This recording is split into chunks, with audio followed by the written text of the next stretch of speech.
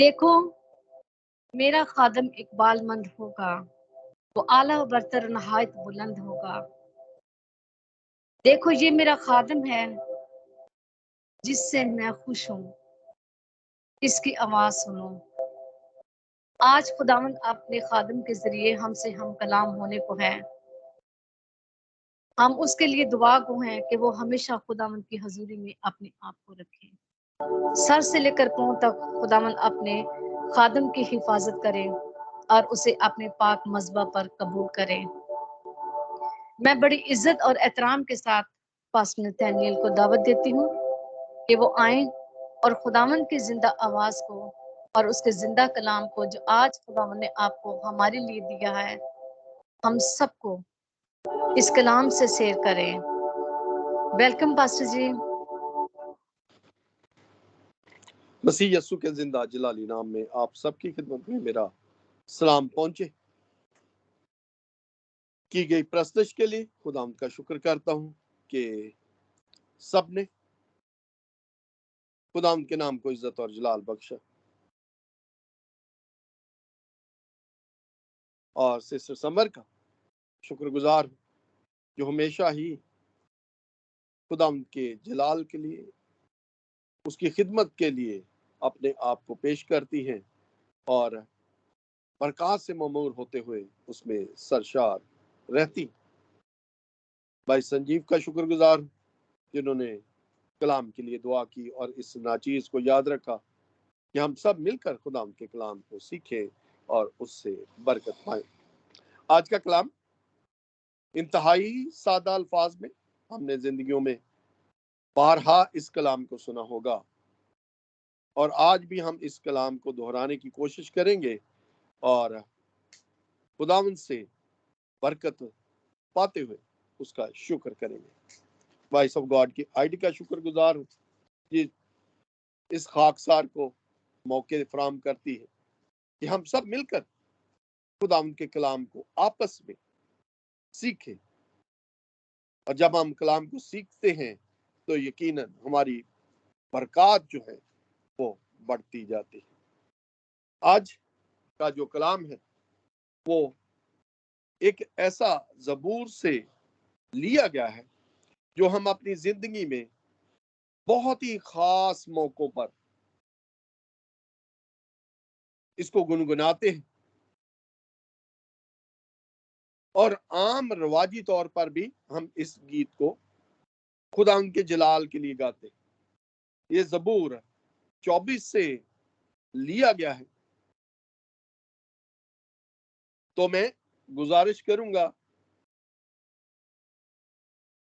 جو بھی میرا بہن بھائی پڑھنا چاہتا ہے کلام کو، زبور 24 اور اس کی 7 اور 8 آیت کی تلاوت کریں تاکہ ہم کلام کو آگے لے جائیں۔ بزرگ داؤد کا زبور 24 اس کی 7 اور 8 آیت ہے، نہیں تو میں پھر خود پڑھتا ہوں۔ جی میں پڑھتا ہوں۔ 7 اور 8 آیت پاسٹر جی؟ جی بالکل بھائی صاحب۔ کلام مقدس میں سے ہم 24 زبور اس کی 7 اور 8 دیکھیں گے۔ بہت خوبصورت کلام ہے۔ اے پھاٹکو اپنے سر بلند کرو، اے ابدی دروازوں اونچے ہو جاؤ، اور جلال کا بادشاہ داخل ہوگا۔ یہ جلال کا بادشاہ کون ہے؟ خداوند جو قوی اور قادر ہے، خداوند جو جنگ میں زور آور ہے۔ پاک کلام کے پڑھے اور سنے جانے پہ خدا کی برکت ہو۔ آمین آمین۔ بہت بہت شکریہ بھائی صاحب، اور خداوند آپ کو برکت دے۔ یہ زبور جو بزرگ داؤد نے لکھا، بڑی ہی دلجوئی کے ساتھ اور خوشی کے ساتھ اس نے اس زبور کو ہماری برکت کے لیے لکھا۔ یہ اس وقت زبور لکھا گیا جب خداوند کے عہد کے صندوق کو اس بادشاہ کے شہر میں لانے کے لیے منصوبہ باندھا گیا۔ اگر ہم اس زبور کے خد و خول کو دیکھتے کی کوشش کریں گے تو اس کا پورے کا پورا بیان جو ہے وہ ہمیں دوسرا سیمبل اور اس کے 6 باب میں بڑی خوبصورتی کے ساتھ ملتا ہے، جہاں بزرگ داؤد 30,000 مردوں کو اکٹھا کرتے ہیں اور ان کے ساتھ یہ منصوبہ باندھتے ہیں کہ خداوند کے صندوق کو اس بادشاہ کے شہر میں لایا جائے جہاں بادشاہ رہتا ہے، جہاں بادشاہ کا عظیم الشان محل ہے، اور خداوند کا صندوق جو ہمارا زندہ خدا ہے جو کروبیوں پر بیٹھتا ہے، وہ ایک ایسی جگہ پہ ہے جہاں پہ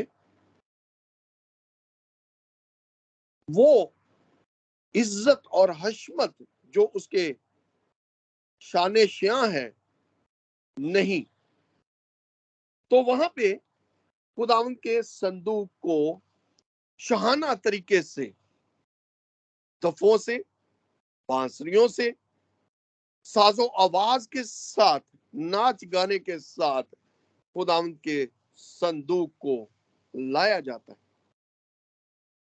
جب خداوند کے صندوق کو لایا جا رہا ہے تو پاک کلام میں لکھا ہے نکون کے خلیانوں پر پہنچتے تو یہ جو نئی بیل گاڑی ہوتی ہے جس کو ایک اسپیشل طریقے سے بنایا جاتا ہے، ایک نئی بیل گاڑی کے اوپر خداوند کے صندوق کو رکھا جاتا ہے، تو بیل کیا ہوتے ہیں؟ ٹھوکر کھاتے۔ تو پاک کلام یہ کہتا ہے کہ عزا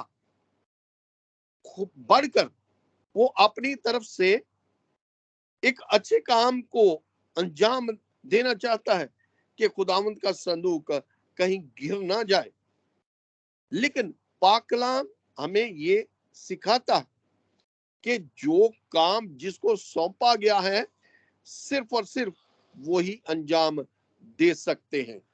عزا کاہن نہیں ہے، لیکن وہ اپنی سمجھ کے تحت ہاتھ بڑھاتا ہے اور خداوند کا غضب اس پر نازل ہوتا ہے اور وہ وہیں مارا جاتا ہے۔ پھر داؤد اس کو دیکھ کر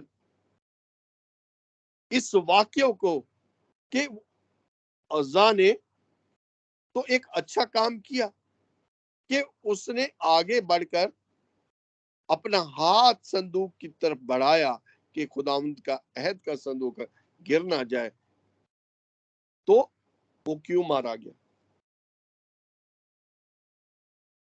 وہ ڈر جاتا ہے۔ جب وہ ڈرتا ہے اور اپنے دل میں خیال باندھتا ہے کہ میں ایک گناہگار شخص کئی 100 کو قتل کر چکا ہوں، اور وہ اس ارادے کو ترک کرتا ہے اور عبید ادوم کے گھر اس خدا کے عہد کے صندوق کو لے جاتا ہے اور 3 مہینے اس عہد کے صندوق کو وہیں رکھتا ہے۔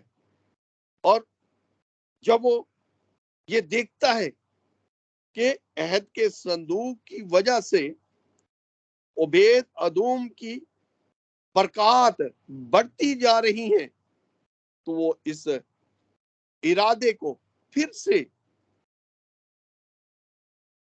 عمل میں لانے کی کوشش کرتا ہے کہ اس عہد کا صندوق خدا کے اس مقدس شہر میں جہاں بادشاہ رہتا ہے لایا جائے۔ اور جب وہ یہ صندوق لا رہا ہوتا ہے اور وہ کاہنوں کا لباس پہنتا ہے اور اپنے لوگوں کے ساتھ آگے آگے جشن مناتا ہے، یہاں تک کہ وہ ناچتا ہے، اچھلتا ہے، کودتا ہے اور خدا کے جلال سے اتنا سرشار ہوتا ہے کہ وہ اتنا آگے بڑھتا ہے کہ یہاں تک کہ اس کی جو بیوی سول کی بیٹی مکائل کھڑکی سے نکاح کرتی ہے کہ وہ کس طرح برہنہ، یعنی برہنہ آپ سمجھتے ہیں کہ اس کا جسم نظر آتا ہے اور وہ دل ہی دل میں اس عمل کو حقیر جانتی، اور جب خدا کے صندوق کو داؤد بادشاہ کے شہر میں لے آ کر ایک جشن کے طور پر قربانیوں اور بنی اسرائیل قوم خوشی مناتی ہے، تو وہاں پہ داؤد سب کو برکت دیتا ہے، ایک ایک ٹکڑا گوشت کا اور ایک ایک ٹکیا کشمش کی بانٹتا ہے اور خداوند کے حضور قربانیوں کا نذرانہ گزرانتا ہے۔ اور میکائل کو یہ پسند نہیں آتا، سو جب میکائل اس حرکت کو ناچیز جانتی ہے تو اس کے لیے خدا بھی اس کو سزا کے طور پر زندگی بھر کے لیے بانچ رکھتا، اور جب وہ داؤد سے گلہ کرتی ہے تو داؤد بہت ہی خندہ پیشانی سے اس حرکت کو خداوند کے جلال کے لیے اپنے آپ کو پیش کرتا ہے کہ تیری نظر میں یہ عمل جو میں ناچتا تھا، گاتا تھا، ذلیل ہوگا۔ اگر خدا کے لیے مجھے اور بھی نیچے جانا پڑے تو میں اپنے لونڈیوں کے ساتھ کر گزروں گا، اس میں میری عزت ہوگی، کیونکہ خداوند کے لیے ہر اس عمل کو کرنا میرے لیے خوشی ہوگا جس سے خداوند شاد ہوگا۔ میرے عزیزوں، یہ تھا اس زبور کا بیان قول جو میں نے آپ کے سامنے پیش کیا۔ کرسمس کے ایام میں ہم طرح طرح سے اپنے آپ کو سنوارنے کے لیے منصوبے باندھتے ہیں کہ ہم کس طرح کرسمس کو منائیں گے، کون سے کپڑے پہنیں گے، گھروں میں رنگ روگن کیسا ہوگا، کھانے کیسے بنیں گے۔ لیکن آج کا کلام ہمیں کیا سکھاتا ہے، اس پر غور کرنا بہت ہی ضروری۔ جب یہ کلام میں تیار کر رہا تھا تو اس میں مجھے بہت سارے عملات نظر آئے۔ یہاں پہ پھاٹکوں کا ذکر کیا گیا،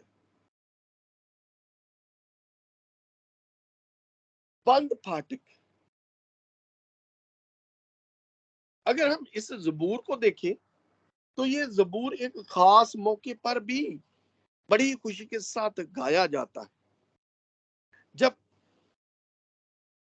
شادی بیاہ ہوتی ہے، ملنے کی رسم ہوتی ہے، دو خاندان آپس میں ملاپ کرنے کو تیاری میں ہوتے ہیں، تو وہاں بھی اس زبور کو خوشی کے طور پر گایا جاتا ہے۔ لیکن اس میں جو سبق ہمیں مل رہا ہے وہ ہے بند پھاٹک۔ جو بند پھاٹک ہے وہ ہماری میں، جب ہم میں ہوتے ہیں تو ہمارے دل کے پھاٹک جو ہوتے ہیں جناب یسوع کے لیے بند ہوتے ہیں۔ ہم اپنے آپ کو اپنی میں ڈالتے ہوئے دوسروں کو حقارت کی نظر میں رکھتے، حقیر جانتے ہیں۔ لیکن خداوند کا کلام ہمیں کچھ اور سکھاتا۔ اگر ہم اپنے آپ کو اپنی میں ڈالتے ہیں تو ہم یسوع کے ان کلاموں کو جو اس نے ہماری زندگی میں ایک سمبل کے طور پر پیش کیے، ان کی نفی کرتے۔ کیا ہم یسوع کو اپنی زندگی میں اس کے کاموں کی وجہ سے قبول کرتے ہیں، اس پر ایمان رکھتے ہیں؟ اگر ہم میں ہے تو ہرگز نہیں، کیونکہ یسوع کی تعلیمات ہمیں بہت کچھ سکھاتی۔ ہمارے دلوں کے پھاٹک کو کھولنے کی یسوع کی تعلیم ایک عملی جامہ پہناتی، کیونکہ جب ہم اپنی زندگیوں میں یسوع کو شامل کرتے ہیں تو ہماری زندگی اس زندگی کی پانی کی ندیوں میں سہراب ہوتی ہے جو اس درخت کی مثل دیتا ہے، جو پانی کی ندیوں کے ساتھ اپنی تازگی کو ظاہر کرتا ہے۔ جب ہماری زندگی میں جناب یسوع شامل ہوتے ہیں تو ہماری زندگی بھی تازگی میں بدل جاتی ہے، اس تازگی میں جو زندگی وہ ہمیں دینے کے لیے آیا۔ اگر ہم یہودی قوم کی طرف دیکھیں تو وہ تو اس آس میں تھے کہ جناب یسوع ایک بادشاہ کے طور پر آئے گا جو رومی حکومت سے ہمیں مخلصی دلوائے گا، لیکن وہ اس طرح نہیں ہوا کہ جنگ و جدل میں پڑے اور اپنی قوم کو رومیوں سے مخلصی دلوائے، بلکہ اس نے کیا کیا؟ اپنے آپ کو ہی پیش کر دیا، اپنے آپ کو ہی قربان کروا دیا، تاکہ اس کی قربانی سے ہماری زندگیاں سنور جائیں، ہماری زندگیاں باپ سے ملاپ میں ملتے ہوئے باپ کو روبرو دیکھیں۔ کیا ہم نے ایسا کیا؟ یسوع کی تعلیم تو ہمیں بڑے ہی خوبصورتی کے ساتھ یہ کہتی ہے کہ اگر کوئی ہمیں ایک تماچا مارے تو ہم دوسرا گال بھی اس کی طرف کر دیں۔ یہ بڑی خوبصورتی کے ساتھ یسوع ہی کا کلام ہے جو ہمیں کہاں ملتا ہے؟ لوکا کی انجیل میں۔ اگر ہم لوکا کی انجیل کے 6ویں باب میں دیکھتے ہیں تو ہمیں بڑی ہی خوبصورتی کے ساتھ اس کلام کو سیکھنے کے لیے مل جاتا ہے۔ اگر لوکا اس کا 6 باب اس کی 27 سے لے کر 29 آیت کا مطالعہ کریں تو وہ ہمیں بڑی خوبصورتی کے ساتھ یہ سکھاتا ہے کہ اپنے دشمنوں سے محبت رکھو۔ پھر وہ آگے چل کر کہتا ہے تم سے عداوت جو رکھیں ان کا بھلا کرو،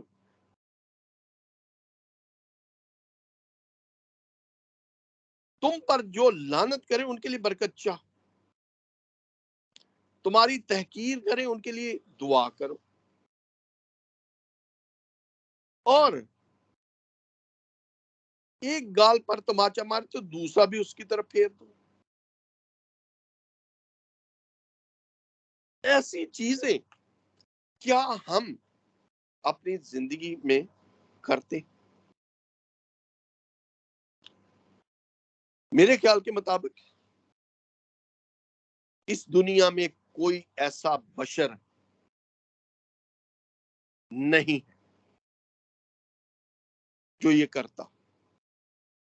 اگر کوئی کرتا ہے تو میں آپ سب سے ایک التماس کرتا ہوں، اپنا مائک کھولیے اور مجھے بتائیے. کوئی بھی نہیں کرتا. اگر وہ کہتا ہے کہ میں کرتا ہوں تو میری نظر میں اس سے بڑا مکار شخص اس دنیا میں نہیں ہوگا. آج کے دور میں میں بڑے واضح طور پر آپ سے یہ کہنا چاہوں گا کہ اگر آپ کی اولاد بھی ہے اور آپ اس کو اونچی آواز میں بات کرنا چاہیں گے تو وہ پسند نہیں کرے گا.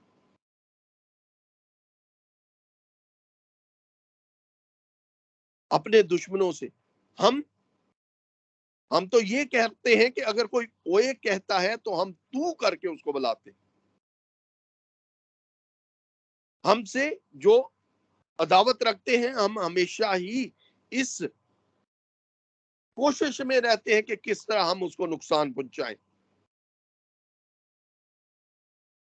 ہم ہمیشہ ہی اگر کوئی ہم پر لعنت کرتا ہے تو ہم 10 دفعہ اس کے اوپر لعنت بھیجتے. اور تماچے کی بات یہ تو ہو ہی نہیں سکتا کہ ایک کوئی مارے اور میں 2 مارنے کی کوشش نہ کروں. پہلے ہاتھ سے کام چلے گا، پھر لاتوں سے آئے گا، پھر ہتھیار کھل جائیں گے. تو کیا ہم مسیحی تعلیمات کے اوپر عمل پیرا ہوتے ہیں؟ بالکل نہیں. تو ہم کس طرح اس کے سچے خادم بنے؟ ہم کس طرح اس کے جلال کے لیے اپنے دلوں کو وسیع کرتے ہیں، اپنے دلوں کے پھاٹک کو کس طرح کھول سکتے ہیں جب اس کے کلام پہ ہی عمل نہیں کرتے؟ میرے عزیزوں، ہم انسان ہیں، خطا کار ہیں، لیکن ہم ایک کوشش تو کر سکتے ہیں کہ ہم اپنے دلوں کے پھاٹک کو جو ہماری میں بندھا ہوا ہے اس کو کھولیں. جناب یسوع نے بھی بڑی ہی آہ کے ساتھ یہ کہا. لکھنے والا یوحنا ہے، لیکن بڑے ہی دکھ کے ساتھ اس نے یہ لکھا ہے کہ وہ اپنے گھر آیا اور اس کے اپنوں نے اسے قبول نہ کیا، اور جتنوں نے اسے قبول کیا اس نے ان کو باپ کے فرزند بننے کا حق بخشا. جو جان یسوع پر ایمان رکھتی ہے کہ یسوع خداوند ہے، ان کو کیا اس نے دیا؟ باپ کے فرزند بننے کا حق بخش دیا. میرے عزیز، جب ہم اپنے گناہوں کا اقرار کرتے ہیں، توبہ کرتے ہیں، تو یقیناً ہم معافی پاتے ہیں. جب ہم توبہ کرتے ہیں، جب ہم اپنے گناہوں کا اقرار کرتے ہیں، معافی مانگتے ہیں، تو وہ یقیناً ہمیں معاف کرتا ہے اور ہم مکت ہو جاتے ہیں. ہماری خطاؤں کو، گناہوں کو وہ اپنی پیٹھ پیچھے پھینک دیتا ہے اور یاد نہیں کرتا. اگر ہم فریسیوں کی طرف دیکھیں تو انہوں نے ہمیشہ ہی جناب یسوع کے کلام کو نہ مانا. حالانکہ فریسی اور فقی کلام کی